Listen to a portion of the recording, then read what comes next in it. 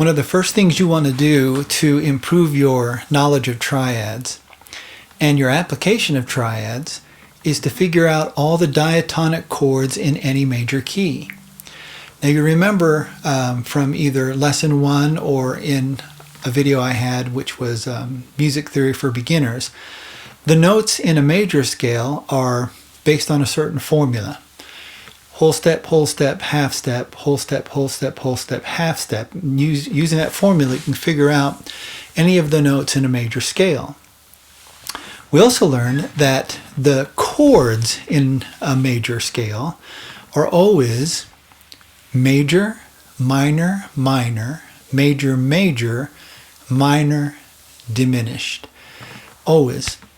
And so if I know the notes in any particular key, I just have to make those chords built on those root notes, major, minor, minor, major, major, minor, diminished. So for example, let's take the key of G.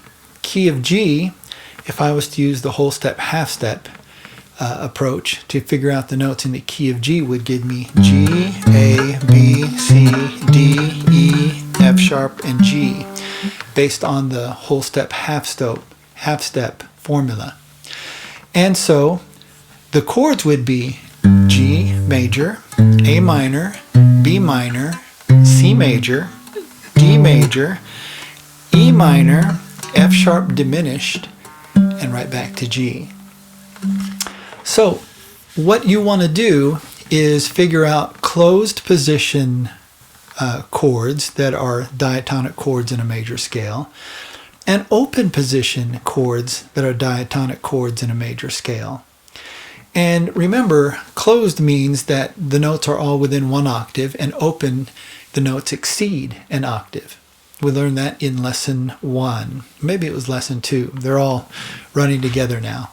So, and you want to also learn them kind of in one area and going up the fretboard. So let's do that, and let's go ahead and stick with G since we went through the G major scale. And let's do a closed position triads, the diatonic chords, and also in root position where the G is the lowest note. So there's my first chord, G, B, D. And if you recall from lesson 1, when we learned the C major triads, this was the first voicing that we did. Well, if we take this voicing and go down half steps and eventually get to a G, there it is. Okay? All right, now I want to find an A minor. That would be this voicing. Whoop. Or however you want to play it with your fingers. To do a, if I want to stay down here and do a B minor, remember minor is the 3rd chord, I'd have B, D, F sharp, but this is a G note, and to do an F sharp I have to go lower than that. So let's keep going up this way.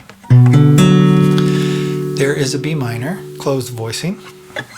C major. D major. There's an E minor. F sharp diminished. And I ended with a closed voicing of G major again, but now with the root on the 4th string. That's kind of keeping it vertical around this area. Now I can also do it going up the fretboard.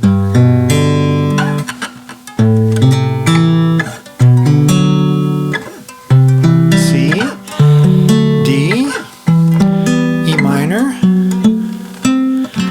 F sharp diminished. Gets a little hard on this short-necked acoustic, and that's going back to a G. Now I can also do that with open voicings that exceed an octave. So let's do that root position again. We'll take this G again, and this was a voicing that we liked from lesson 1. To go to an A minor, I can go here, or I can go here. Let's just stay down in this area. D minor, C major, D major, E minor, F sharp diminished, and and G major. Really cool sounding. And again, I can take that up the fretboard. I think it's going to be difficult because my neck is short, but I'll try it. So here we go. A minor, B minor, C major. Yep, this is going to be really hard. E minor.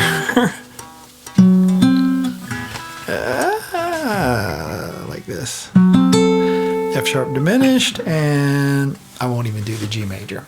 It's just without a cutaway and a short neck. It's up here. All right, so now I found the diatonic chords in the key of G, closed position going up the fretboard and sort of vertically, and then open position, open voicing rather, going up the fretboard and also in this area. Now I can also do that with the first inversion and second inversions as well. All right, let's expand upon this concept now and use these same diatonic chords, but we'll add some little melody notes using the G major scale. And remember, the G major scale is G, A, B, C, D, E, F sharp. So I can find those just by doing my whole step, half step, if I want to, formula, or I can just hear it.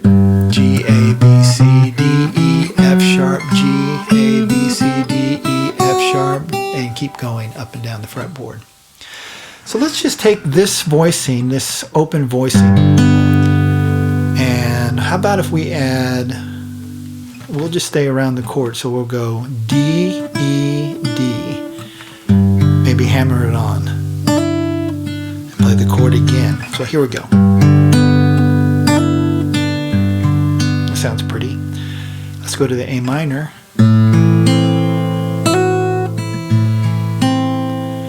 B minor. C major.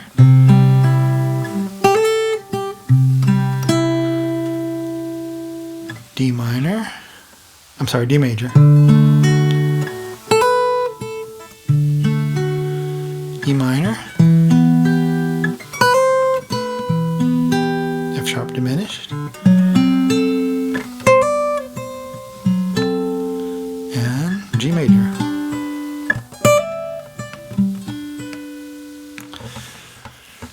That's music.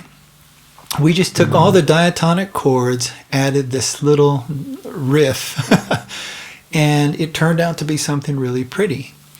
And you can do that with any notes in the G major scale, with any of these different voicings and positions going through the diatonic chords in a major scale.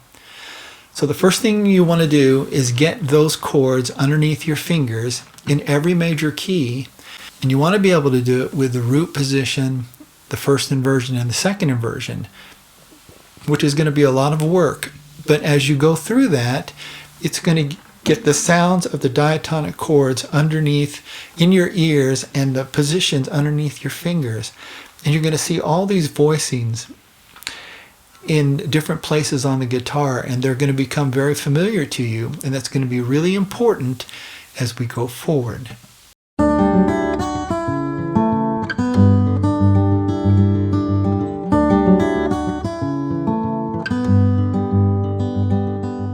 One of the very cool usages of triads is in soloing. That's right, even though we have learned guitar chords, you can use the notes in a triad to help you solo, to play single notes. So I'm going to show you how to do that. First of all, let's go ahead and take a song so that we have some kind of context from which to solo over. I have a video right here you can check out where I talk about 3 easy songs that every guitarist should know, and one of them is called Stand By Me by Ben E. King. And I'll show you how to play it in the key of G. And one of the cool things about this song is all the chords are diatonic chords in the key of G. They are G, E minor, C, and D. And that's it. Well, of course, we learned all those chords when we were learning our triads. So if you're gonna, how do I solo over the key of G? How do I solo over this song? If you've never soloed before, of course, that can be a little intimidating. What notes do I play? Well, you can never go wrong if you play the notes in each chord that when you're playing that chord. So for example, when I'm playing a G, we learned, for example, this particular triad, which has all the notes in a G chord, G, B, and D.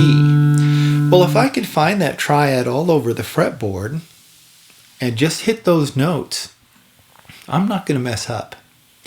Now, when I switch to an E minor, I'll do the same thing. I just have to find a minor triad in the key of E, like for example this one, or this one, and on and on. And same thing with C. It's another major chord, so here's one, or D, here's one up here. As long as I can find those triads and play those triads but as single notes, I'm going to be just fine. Now, of those three notes, remember we're stacking thirds. We have the first, the third, and the fifth. And those three notes, the one that has probably the most gravity is the third, because it'll determine whether it's, for example, a minor third in a minor triad or a major third in a major triad. So when I'm playing this G, for example, the third is the B. So I can play this note, this note, this note, for example, if I'm going to stay down in this area. So a good way to play that third is to slide into it. So instead of playing this note, I might slide into it. That's a nice little cool technique. Okay, so here is how Stand By Me goes, for example. 1, 2, 3, 4, E minor, 3, 4, 1, 2, 3, C for 4 bars, D for 4 bars, and then back to G, and it gives 8 bars. And that's it. So, again, if I don't really know how to solo, but I want to solo over this, I can simply play the triads. So I'm just going to play the notes in those chords, just the triads, and without even playing a background, see if you can hear those chords come out. Okay? 1, 2, 3.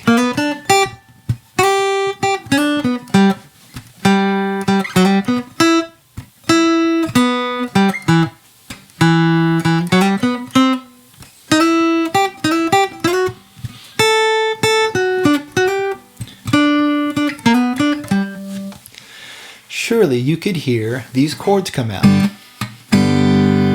Then the E minor, then the C, the D, and the G. And that's because I was just playing those chords but as single notes. So triads, when you're playing a chord or a song with diatonic chords, especially just minors and majors, maybe some diminished, maybe some augmented, just play triads as the chord tones and you're never going to mess up a solo. It's going to be really cool. Now, of course, once you have those chord tones down, then you can add on to that. Maybe use, for example, a 5-tone scale that is in the key of G. So like a G major pentatonic scale.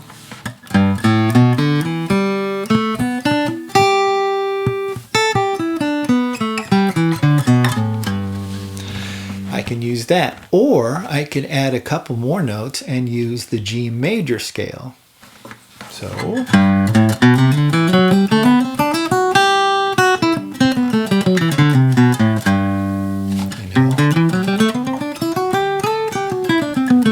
just all over the fretboard. So let's do that. We'll go ahead and play again. You'll hear those chords hopefully, and I make no bones about it. I'm going to try and emphasize the chord tones so you can hear those, but I'll add some extra notes out of the pentatonic or the major scale, and hopefully it'll sound even better as I'm playing a solo. Okay, so here's another example. 1, 2, 3.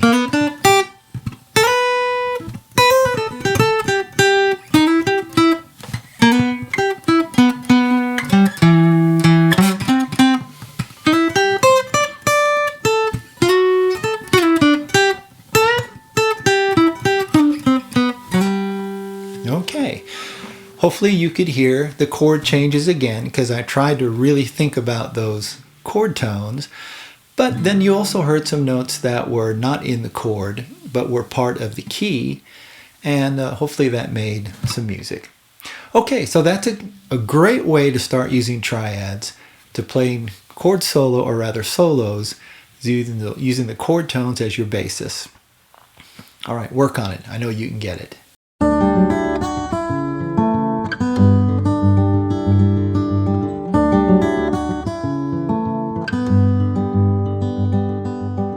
Okay, another cool way to use triads is to use the inversions as slash chords. You remember, a triad is 3 notes, and generally in the root position it's playing the root note and then the 3rd and the 5th on top of it, in either order, the 3rd and the 5th, or the 5th and the 3rd. But when you switch the notes up and have the 3rd as the bass, or the 5th as the bass, now you have what's called an inversion, a first or a second inversion in a triad. And the way you notate those is as slash chords. So for example, if I'm playing, remember the notes in C are C, E, and G. There's a C chord. But if I play this C chord with this E bass as the lowest note, that is now a C slash E, or C over E, and what that means is C with an E bass. Or if I play it with the 5th, the G as the root, now I've got a second inversion C, where it's C over G, or C slash G, or C with a G bass. And you can use those slash chords to really change the way music sounds, just slightly enough to make it sound really, I think, enhances it, makes it really cool in many situations. So for example, I'll just show you one. When you're walking a bass line, it can really make the sound very, very cool. So for example, say I was taking the chord changes of this G, D, E minor, then I went to a C, back to a G, to an A minor, and then back to a D. So you've heard something like that, right?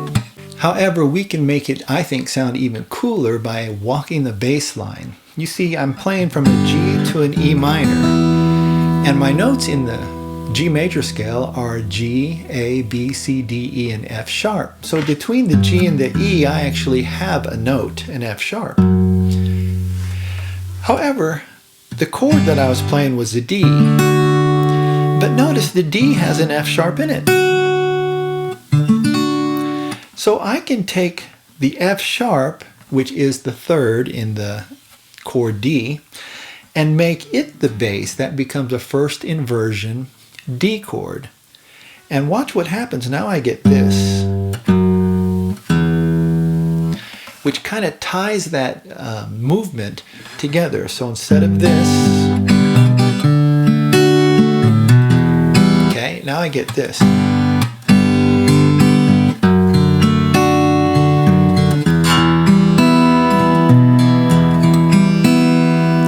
Lots of songs use that particular tool. Use an inversion of a triad. So you have this bass line, like Free Bird by Lynyrd Skynyrd, for example, and many, many others. Okay, now I'm going to a C, and eventually I'm going to an A minor, but there's a note between those in the G major scale, and that's a B note. All right, well, remember our second chord in this progression was a G, then A minor to D. Well, a G has a B note in it. Remember? G, A, B, C, D. So G, B, and D are the thirds. And the B is the third, so it's a first inversion chord if I play a G chord. And I'm going to play this D with it, and take my root off and just play these 5. That is a G over B. But look what's happening here. I'm going. So what was this becomes this, which is pretty cool. So now the entire progression is this.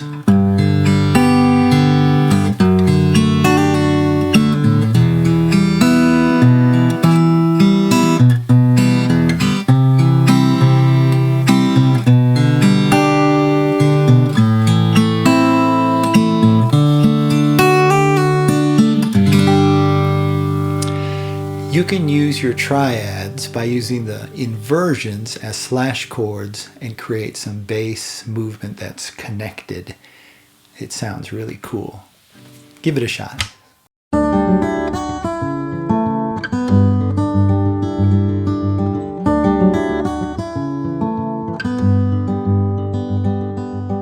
Another thing you can do with triads is sort of freshen up your chord playing with different positions, different chord forms, different voicings, different inversions. So for example, what if I took this chord progression? G to C, to C sharp diminish, to D, to B, to E minor, and then back to D and C, to B minor, to A minor, back to D, and back to G. Then maybe round it up with the 4 and the 5, C, D, G. Okay, that by itself sounds pretty cool. Now what I could do is take different chord inversions and different chord voicings of those chords. So for G, what if I did this chord? Whoop, my fingers. Let's get it better. And then we'll play a C like this. Go up with my root to a diminish, to a D. This is the B, minor, D, C, whoop, to B minor, to A minor, to D, and to G. And then back to C and D. So that could sound something like this.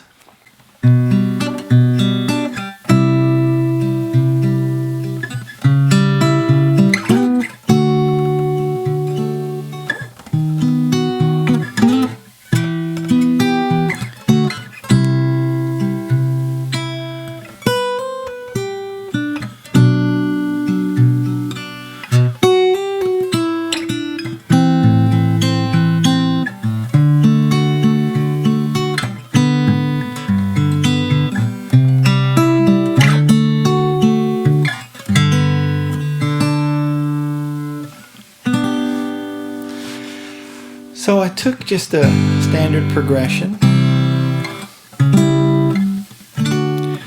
and kind of made it fresher sounding, if you will. So just use all the various forms and voicings that we learned in lessons 2 and 3 on triads, and then put them into your chord progressions and see if you can make them a little bit fresh sounding to the ear.